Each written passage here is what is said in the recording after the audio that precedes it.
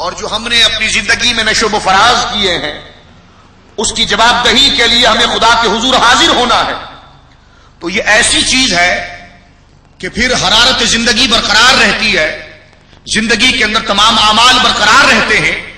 ایک میں نے گزشتہ درس میں بھی عرض کیا تھا کہ ایک مضبوط دماغ شخص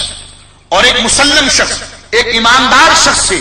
اگر آپ اسے بارز پر چھوڑ دیں، اگر وہ آپ کے پاس ملازم لگ جائے یا آپ اس کو کوئی ذمہ داری سپرد کر دیں اور اس کے بعد وہ ذمہ داری دے کر بس آپ کہیں کہ بس یہ امین ہے، بڑا امانتدار ہے، اور اسے آپ چھوڑ دیں، تو حضرات گرامی یہ ان پر احسان نہیں ہوگا، یہ اس پر ظلم ہوگا. اس لیے کہ جہاں پر محض اس کی امانت پر یقین کر کے بات چھوڑ دی گئی اور اس سے باز پرس نہ کی گئی، پوچھ گچھ نہ کی گئی، کیا کیا کیا نہیں کیا گیا، یہ تفصیل نہ پوچھی گئی، تو کبھی نہ کبھی اس میں خیانت پیدا ہو جائے گی. اس کا دل و دماغ کبھی نہ کبھی شیطان کے شر میں آ کر گویا کہ خیانت کی طرف راغب ہو جائے گا. تو آپ جانتے ہیں کہ ایک امانتدار شخص اور ایک منصف شخص کی انصاف کی گاڑی، انصاف کی ڈگر پر جب تک چل سکتی ہے جب تک اسے اس بات پر یقین ہو کہ جو میں کر رہا ہوں اس کا جواب دینا پڑے گا، جو میں کر رہا ہوں اس کا حساب دینا پڑے گا. تو رب کریم نے قیامت کے دن کو رکھ کر تمام اسلامی عقائد و نظریات کے اندر اس کی روح کو شامل کر دیا اور فرمایا جتنی شک بیان کی گئی ہے اس کی اصل یہ ہے کہ وہ قیامت کے دن پر یقین رکھتے ہیں. رب کعبہ کی قسم، جس کے دل میں قیامت کا یقین کامل ہو جائے، قیامت کا یقین راسخ ہو جائے، خدا کے حضور کھڑے ہو کر میں نے جواب دینا ہے، میں نے اپنی زندگی میں جو معاملات کیے ہیں ہر نشو و فراز کو پیش کرنا ہے، کاش ہمارے دلوں کے اندر یہ احساس بیدار ہو جائے تو حضرات گرامی پھر ہم کبھی خدا کی نافرمانی نہ کر سکیں گے. نافرمانیاں ہوتی جب ہیں، لغزشیں کوتاہیاں ہوتی جب ہیں، خدا کی بارگاہ سے گویا کہ روگردانی والی عادتیں ہوتی جب ہیں کہ جب ہمارے ذہنوں سے جواب دہی کا یہ مفہوم اوجل ہو جاتا ہے، جب ہمارے ذہنوں سے یہ بات نکل جاتی ہے کہ ہم نے مر کر ختم نہیں ہو جانا ہے بلکہ رب کریم کے حضور کھڑا ہونا ہے، اس کے حضور کھڑے ہو کر ایک ایک بات کا جواب دینا ہے. اور میں نے آپ کے سامنے امام غزالی علیہ رحمت کی ایک بڑی پیاری بات پیش کی تھی کہ آپ نے بڑا پیارا نقطہ بیان فرمایا کہ قیامت پر یقین کیسا ہونا چاہیے. فرمایا کہ آگ جلاتی ہے، کوئی شخص آپ کے سامنے آئے اور یہ کہے کہ جناب یہ آگ ہے، یہ جلاتی نہیں ہے، اس میں آپ ہاتھ ڈالیں گے تو ہاتھ میں خوشبو پیدا ہو جائے گی، اس میں آپ ہاتھ ڈالیں گے تو آپ کی جلد پر شگفتگی اور تازگی پیدا ہو جائے گی. حضرات محترم، اس فلسفے کو کوئی قبول نہیں کرے گا، اس واعظ و نصیحت کو کوئی قبول نہیں کرے گا، بلکہ بچہ بھی کہے گا کہ حضرت صاحب جو آپ بات کر رہے ہیں وہ 100% غلط ہے. اس لیے کہ آگ میں شگفتگی نہیں، آگ میں خوشبو نہیں، آگ میں کسی شے کو جلانے کی عادت نہیں،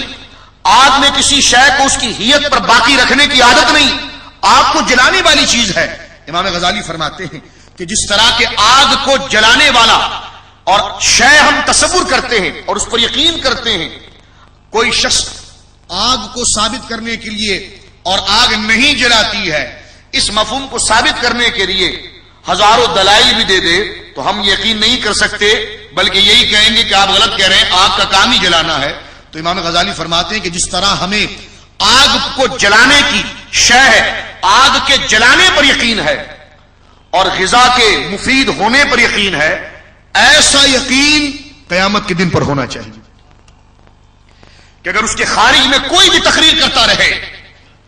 اور کوئی بھی بات ہمارے ذہنوں میں اٹھتی رہے، لیکن جو آگ میں ہاتھ ڈال کر ہم کبھی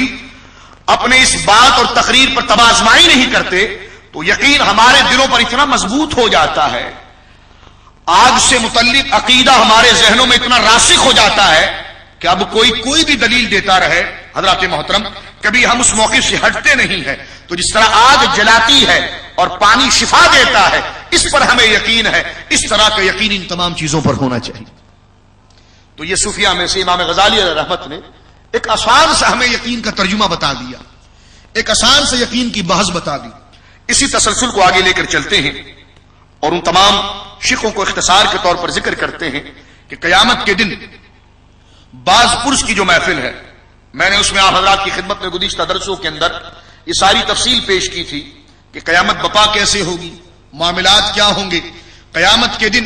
ساری چیزوں کی اہمیت اور اس کی وضاحتیں کیسی ہوں گی۔ حضرات گرامی، وہ تمام چیزیں ہم نے تفصیل کے ساتھ گزشتہ درس میں آپ کی خدمت میں پیش کر دی تھی۔ اب اسی تسلسل کو آگے لے کر چلتے ہیں اور موضوع کو اختتام کی طرف لے جاتے ہیں، اور اس زبان سے قیامت کے منظر اور قیامت کے دن جو اس انسان حاضر ہوگا اپنے رب کی بارگاہ میں، تو اس کی کیفیت کیا ہوگی، اس سے سوالات کیا ہوں گے، اس سے معاملات کیا ہوں گے۔ اللہ اکبر، اس سے متعلق وہ زبان اس واقعے کو بیان کرتی ہے جس زبان پر رب خود بولتا ہے۔ وما ينطق عن الهوى ان هو الا وحی یوحی، کہ میرا محبوب اپنی زبان سے جو کہتا ہے، جو نطق کرتا ہے، یہ نطق محض اپنی ذات سے نہیں کرتا، بلکہ جس شے کی طرف ہم اشارہ کرتے ہیں وحی کے ذریعے یہ ہماری وحی کی ترجمانی کرتا ہے۔ نبی کریم علیہ الصلوۃ والسلام کی حدیث جامع ترمذی کے اندر یہ روایت موجود ہے،